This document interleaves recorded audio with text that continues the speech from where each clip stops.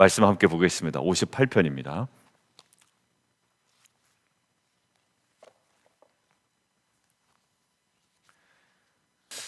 오늘 말씀 보면 우리 2절 함께 보겠습니다. 아직도 너희가 중심에 악을 행하냐라는 거죠.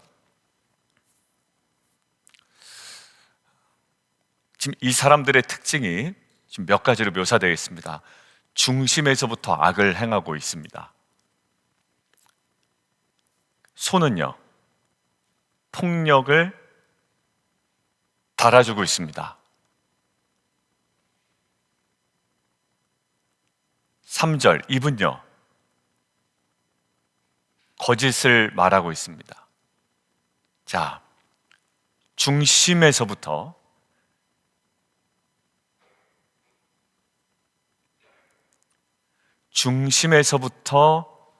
악을 행하는 자의 손은 폭력을 달아주고 있고, 입은 거짓을 말하고 있고, 귀는요, 4절, 귀머거리 독사 같대요. 진짜 독사 같아요. 그러니까 못 들은 채 하는 거예요. 안 듣는 거예요. 다시 설명합니다. 중심에서부터 악이 발동되는 사람의 특징이 나오는데, 손으로는 폭력을 달아주고 입으로는 거짓을 말하고, 귀는 마치 귀를 막은 귀머거리 독사 같아요. 5절, 아무 말도 듣지 아니하려는 불순종의 모습이 거기 기록되어 있습니다. 아무것도 듣지 아니하고 따르지 아니하고 마치 불순종하는 모습이에요. 여러분들, 이러한 이 악인의 모습이 기록되어 있고, 6절, 하나님이여 그들의 입에서 이를 꺾으시고 여호와여 젊은 사제의 어금니를 꺾어내십시오. 주의 공의에 완전히 의탁하는 거예요. 신탁 행위입니다. 자, 그런데 이런 자들의 실체적 모습이 1절에 기록되어 있더라고요. 그러니까 중심에서부터 악을 행하는 그들, 손과 입과 귀와 총체적인 불순종의 모습이 하나의 모습으로 탁 귀결이 되는 거예요. 자, 그게 뭐냐면 1절로 이제 넘어갑니다. 통치자들아, 거기 밑줄 그어놓으시고요. 엘렘입니다.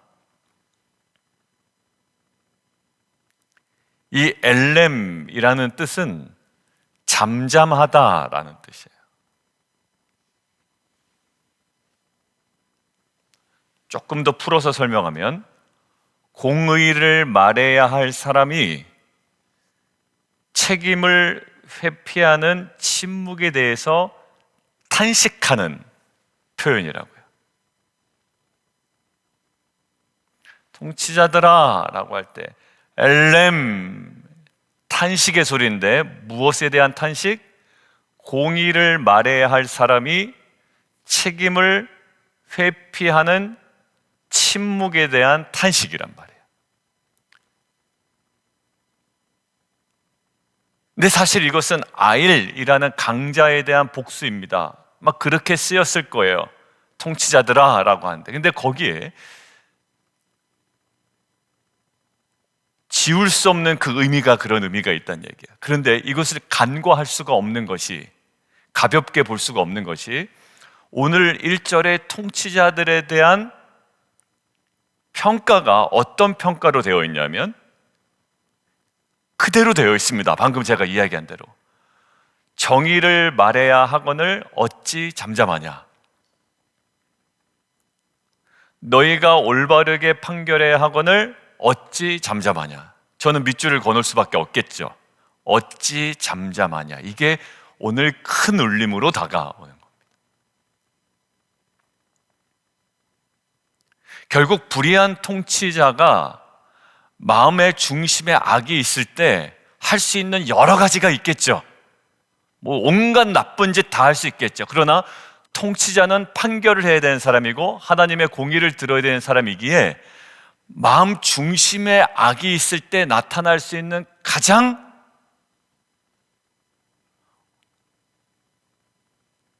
하지 말아야 할, 그렇지만 이것이 나타나면 많은 사람들과 약한 사람들에게는 너무나도 쓰라린 아픔이 되는, 그게 뭘까요? 의도적 침묵이라는 거예요.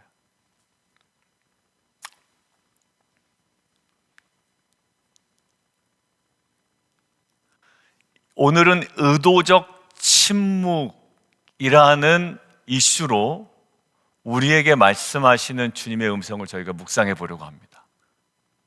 왜? 통치자들의 마음의 중심에 악이 있을 때 할 수 있는 것은 의도적 침묵이에요. 뭐에 대한? 정의에 대한, 공의에 대한, 하나님의 긍휼에 대한 침묵이에요. 왜? 나의 이익과 상반되어 있을 수도 있어요. 그리고 나의 유익에 아무런 도움이 되지 않을 수 있어요. 그것이 어떤 이유든지 간에 그에게 맡겨주신 공정한 판결을 회피하는 의도적 침묵은 오늘 이야기하는 그의 입에서 이를 꺾으시고 여호와의 젊은 사자의 어금니를 꺾어내시며 겨울철의 우기, 와디, 겨울철의 우기와는 달리 그게 마르면 완전히 골짜기가 되어버리거든요. 그런 것처럼 흔적도 남지 않게, 달팽이는 점액을, 끈끈한 것들을 다 남기면서 가잖아요. 그러니까 사람들이 결국 그의 몸에 있는 수분이 다 없어질 것이다, 결국 달팽이는 다 그 모든 끈적끈적한 것들을 뭐라 그러죠? 이것들을 다 드러내면서 소비하면서 결국 사라지게 될 것이다라는 인식이 있었어요. 자, 그런 것처럼 결국 흔적도 남지 않게 해주십시오 라고 했던 거죠. 자, 중심에서부터 악을 행하는 이 통치자에게 하나님께서 요구하시는 것은 말하라는 거였어요. 의도적인 침묵을 깨라는 거죠.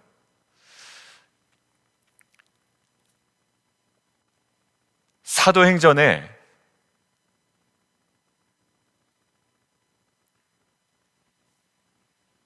예루살렘 공회에 끌려간 이 사도들에게 공회가 요구하는 것이 하나 있었습니다. 뭐냐면 침묵하라는 거였어요. 내가 너희 풀어줄 건데 침묵하라라는 거였어요. 그때 사도들의 답변이 뭐죠? 성경 공부 때 그 반복되는 표현이 있었습니다. 그죠? 사도행전에 뭐라고 되어 있어요? 말하지 아니할 수 없도다. 우리 공부할 때 그 밑줄 쳐놨잖아요. 말하지 아니할 수 없도다라는 거예요. 여러분들, 그리고 누가복음 19장에 보면 성전이 막 무너지는 이야기를 하시다가 뭐라고 얘기하냐면, 한번 찾아볼까요? 누가복음 19장. 누가복음 19장 40절. 대답하여 이르시되 내가 너희에게 말하노니 만일 이 사람들이 뭐하면, 침묵하면 돌들이 소리 지르리라 하시니라. 침례 요한이요, 어떤 사명이 있었죠? 광야에 외치는 자의 침묵인가요? 소리입니다. 그러고 보니까 우리 성도들은 어때요? 어렵다고 침묵하는 자들이 아니라 어렵기에 동일하게 외치는 자의 사명을 갖고 있는 자입니다. 말로 외치고요, 삶으로 외쳐요. 삶으로 외친다라는 것은 빛과 소금이라는 거죠. 빛과 소금은 복음서에 보면 뭐라고 나와 있나요? 너희의 착한 행실. 그러니까 우리는 말이든 몸동작이든 어떤 몸부림이건 뭐를 나타냅니까? 십자가를 나타내고, 공의를 나타내고, 진리를 나타내고, 사랑을 나타내고, 긍휼을 나타내고 주의 인내를 나타내는 자들, 외치는 자들이에요. 그것이 말이건 몸짓이건 표정이건 간에. 오늘 통치자들이 왜 악인으로 취급을 받고 그렇게 소멸해져 버려야 하는 사람 취급을 받고 있나요? 예, 침묵했기 때문에. 저 여러분이 이 세대 가운데 의도된 침묵을 깨고 외치는 자의 소리된 사명을 감당하는 저와 여러분 되기를 주님의 이름으로 축원합니다. 그 침묵을 깬다라는 의미를 여러 가지로 묵상해 보죠. 뭐가 있을까요? 나는 할 말은 한다. 네, 제발 그거는 지혜롭게 해주십시오. 그러니까 요거를 묵상하고 와서 또 그래 내가 침묵을 깨고 할 말은 하겠어. 그거는 여러분들의 분노를 표출하는 거일 수도 있어요. 그러니까 여러분들의 분노의 표출을 말씀에 힘입어서 너무 가볍게 행동하지 않기를 바라요. 왜냐하면 적용을 예전 보면 잘못 적용하시는 분들이 가끔 있더라고요. 아, 침묵을 깨라고 그랬어. 내가 당신 일로 와봐. 내가 할 말 하겠어. 너네 일로 와봐. 내가 할 말 하겠다. 여러분들 그런 침묵이 아니에요. 지금 하나님의 공의를 얘기하고 있고요. 하나님의 정의를 이야기하고 있어요. 제가 좀 자세히 설명해야 되겠다는 생각이 들었습니다. 왜냐하면 가서 부부싸움을 하더라고요. 그리고 아이들을 또 잡아요. 왜? 야, 오늘 하나님께서 어찌 잠잠하냐고 나한테 얘기하셨어 라고 이야기하는 거. 우리 좀 디테일하게 봐요. 정의를 말해야 하거늘 어찌 잠잠하냐. 정의를 이야기하지 않고 나의 분노, 정리되지 않은 그 말들을 쏟아낼 때 오히려 이것은 말하지 아니함보다 못하다라는 거죠. 오늘 분명한 것은 정의를 말해야 됩니다. 그리고 하나님의 공의를, 하나님의 긍휼을 나타내야 됩니다. 또 그냥 하라고 그랬더니 내가 알고 있는 것 좀 자랑하려고 막 스르륵 그렇게 막 내뱉는 또 경우도 있어요. 아니, 그런 건 안 됩니다. 듣는 사람 굉장히 불편합니다. 들은 사람이 들었을 경우에 마음이 해소가 돼야 되잖아요. 왜? 정말 부당한 처분을 받을 수밖에 없는 상황에 이 재판관들이 공의로운 판결하고 침묵을 깰 때에 그 듣는 사람이 느끼는 환희와 그 생명과 회복을 한번 느껴보십시오. 근데 내가 무슨 나의 감정을 해소하는 분출구로 사용하면 안 된다라는 얘기예요. 다분히 하나님의 통치와 다스림 가운데 있는 정의와 공의와 하나님의 속성이 내 거룩한 표현을 통하여 드러나기를 원하신다라는 것이지, 나의 정제되지 않는 언어와 내가 그동안 생각했던 이 분노의 감정을 쏟아내라는 어떤 그 상대방을 쓰레기통 삼아 나의 모든 감정을 쏟아내라는 것이 아닙니다. 저희가 진정한 빛과 소금, 의도된 침묵을 깨고 이제 주의 공의와 온전한 주님의 속성과 마음들을 저의 모든 홀리스틱, 저의 모든 삶을 통해서 드러내는 귀한 공동체가 되기를 주님의 이름으로 축원합니다. 그러니까 침묵을 깨야 돼요. 그 중에 하나가 구체적으로 적용거리를 드리면 여러분들 시드 프로젝트입니다. 침묵하면 안 되는 거죠. 우리의 삶으로. 한 달에 한 번씩 모이기 때문에 요청도 있었어요. 좀 자주 모이면 안 될까요, 텐트? 그것도 고민 중에 있습니다. 그러니까 지난달에 계획은 했는데 아직도 계획하지 않은 텐트도 있겠습니다만, 이게 이제 하나하나씩 서두르란 얘기는 아니에요. 그러나 그것이 중요한 하나의 침묵을 깨는 방법입니다. 뭐예요? 정의를 말하고 공의를 말하고 인내를 드러낼 수 있는 하나의 중요한 침묵을 깨며 하나님의 속성을 드러낼 수 있는, 지역사회에 나타낼 수 있는 중요한 우리의 사명이기 때문에 그렇습니다. 다른 거 얘기하지 않으시죠? 너희의 착한 행실을 통해 하나님께 영광 돌리게 하라. 빛과 소금이에요. 그리고 가장 중요한 우리의 침묵을 깨는 행위는요, 사순절 기간에 우리가 자기를 부인하고 십자가를 지는 겁니다.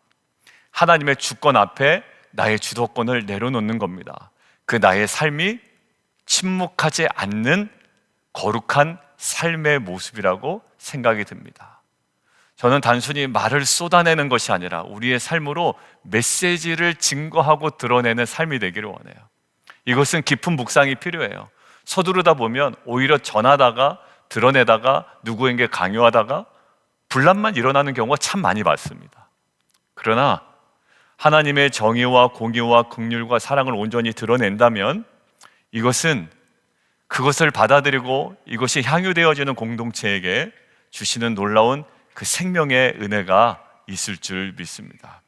그리고 오늘 이 통치자들에게 주셨던 메시지가 우리가 적용해야 될 메시지라면 통치자들을 하나님께 내어 맡기는 행위도 우리가 붙들어야 할 하나의 중요한 모습입니다. 어떤 거죠? 그렇게 소멸되게 해주십시오. 근데 결국 그 모든 다스림을 누구에게요? 복수는 그리고 통치는 누구에게 관한 것? 하나님에 관한 것임을 6절 가장 중심부에 설명하고 있습니다. 그들의 악한 모습들을 전반부에 드러내놓고 그들이 이렇게 되기를 원하는 간절한 마음이 있지만 결국 6절 가장 중심부에 하나님이여 그들의 입에서 이를 꺾으시고 여호와여 젊은 사제 어금니를 꺾어내시며, 여기도 계속 나오죠. 언약의 하나님 야훼 엘로힘 반복적으로 교차해서 사용합니다. 시편에서는 전능하신 하나님, 그리고 언약의 신실하신 하나님 야훼. 여러분들 11절 보세요. 마지막에 그때에 사람의 말이 진실로 의인에게 갚음이 있고 진실로 땅에서 심판하시는 누가 계시다? 하나님이 계시다라는 거죠. 결국 이 모든 것들을 통해 하나님이 드러나는, 하나님의 세계가 드러나는. 얼마 전에 한 영상을 봤더니 하나님의 세계라는 찬양이 있어요. 참 아름다워라 주님의 세계는. 여러분들 주님의 세계는 참 아름답죠. 저는 그러나 거기에는 양면성이 있다고 생각이 들었습니다. 참 아름답습니다. 그러나 주님의 세계는요, 분명한 다스림이 있습니다. 그저 뭐 낙원, 뭐 천국, 뭐 오색 찬란한 아름다운 자연, 예, 맞아요. 그렇지만 주님의 세계는, 눈에 보이는 세계는 그렇게 아름다울지 모르지만 주님의 세계는 주님의 다스리심이 있습니다. 통치가 있어요. 그리고 거기에는 주의 공의가 드러날 겁니다. 거기에 온전히 내어 맡기는 거예요. 하나 보고 우리를 기도하겠습니다. 요한계시록 6장 한번 보겠습니다. 여러분들 그러한 하나님의 통치와 다스림을 알고 기억하고 있는 자의 모습이 어떤 모습인지 한번 우리가 보죠. 요한계시록 6장 9절입니다.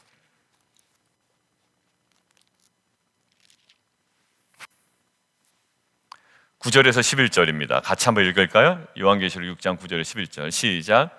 다섯째 인을 떼실 때에 내가 보니 하나님의 말씀과 그들이 가진 증거로 말미암아 죽임을 당한 영혼들이 제단 아래에 있어 큰 소리로 불러 이르되 거룩하고 참되신 대주제여 땅에 거하는 자들을 심판하여 우리 피를 갚아주지 아니하시기를 어느 때까지 하시려 하나이까 하니 각각 그들에게 흰 두루마기를 주시며 이르시되 아직 잠시 동안 쉬되 그들의 동무 종들과 형제들도 자기처럼 죽임을 당하여 그 수가 차기까지 하라 하시더라.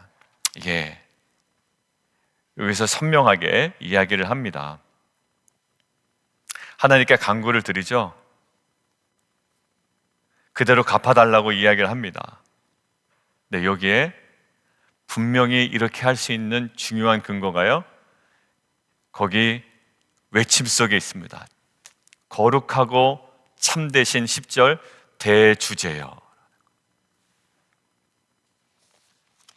여러분들 사도행전에서도 이 표현 하나 보신 적 있나요? 사도행전 4장에 그들이 가장 어려울 때, 억울하게 오게 그 공회에 끌려가서 협박당하고 막 힘들 때 그들이 풀려난 다음에 뭐라고 얘기하나요? 사도행전 4장 24절 그들이 풀려나서 너무 억울해서 너무 마음이 아파서 하는데 24절 그들이 듣고 한 마음으로 하나님께 소리를 높여 이르되 대주제여 천지와 바다와 그 가운데 만물을 지으신 이시여. 여러분들 그들의 시선이 딱 하나님께 고정되고요, 그것들을 내어 맡깁니다. 오늘 우리가 좀 두 가지로 묵상을 했어요. 통치자들아 라고 했던 의도된 침묵 가운데 있었던 그들의 악한, 중심에서부터 악한 모습을 통해 우리의 침묵을 깨고 나가야 됨을 묵상했고요, 그리고 그 악한 자들 향한 하나님의 다스리심 가운데 여전히 우리가 정말 신뢰하고 기도하며 나아가야 하는 그 온전한 태도에 대해서 묵상을 함께 했습니다.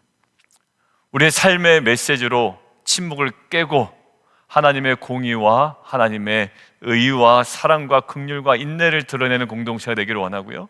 그리고 하나님의 다스리심을 우리가 기도 가운데 우리가 구함으로 우리가 소망하며 나아갈 수 있도록 인도해 주십시오. 인도함 받기를 원합니다. 여러분들, 제가 왜냐하면 자꾸 높아심에 얘기하는 건 뭐냐면, 왜 침묵했냐라는 이 말씀 속에 막 가자마자 막 얘기하신 분이 계셨어요. 그것 때문에 또 어려운 일이 또 생겼습니다. 이 침묵을 깨라는 얘기는 그 텍스트 그거 하나 가지고 막 몰아붙이면 안 됩니다. 그러니까 우리의 큐티는 항상 불완전하다라는 걸 알고 계셔야 돼요. 오늘 이거 가지고 제가 할까봐 꼭 얘기해야 되겠다 제가 메모해놨습니다. 왜? 분명히 이 어찌 잠지 마냐 하는 것도 막 가서 막 입 바른 소리 막 한단 말이에요. 아니요, 그동안에 있었던 나의 울분을 토해대라는 소리가 아닙니다. 뭘까요? 정의를 말해야 됩니다. 정의를. 그러니까 거기서 다 실패했던 거예요. 내가 하고 싶은 얘기를 다 쏟아냈던 거죠. 여러분들, 실수하지 않기를 원하고요. 그리고 하나님의 정의가 무엇인지를 좀 우리가 더 깊이 묵상하며 준비하는 시간이 되었으면 좋겠습니다. 그리고 되었다면 우리가 이야기하고 또 그 모든 것들에 대하여 이제 정말 천지의 대주제이신 그 하나님 야훼 엘로힘 우리의 주님 앞에 우리가 더 온전한 기도로 나아가는 저와 여러분 되기를 주님의 이름으로 축원합니다. 함께 기도하겠습니다. 큐티 나눔 듣다 보면, 그리고 제가 나눈 것을 제가 다시 복기하다 보면 참 연약하다라는 생각이 들어요. 왜냐하면 그 순간마저도 자기중심적이거든요. 어찌 잠잠하냐. 그래서 우리가 깨어 복음을 전하고 선을 행하는 거 참 좋아요. 그런데 이거 가지고 또 그래 내가 할 말은 해야 되겠어 라고 그런 어떠한 파괴적인 침묵을 깨는 행위가 나올 수 있단 말이에요.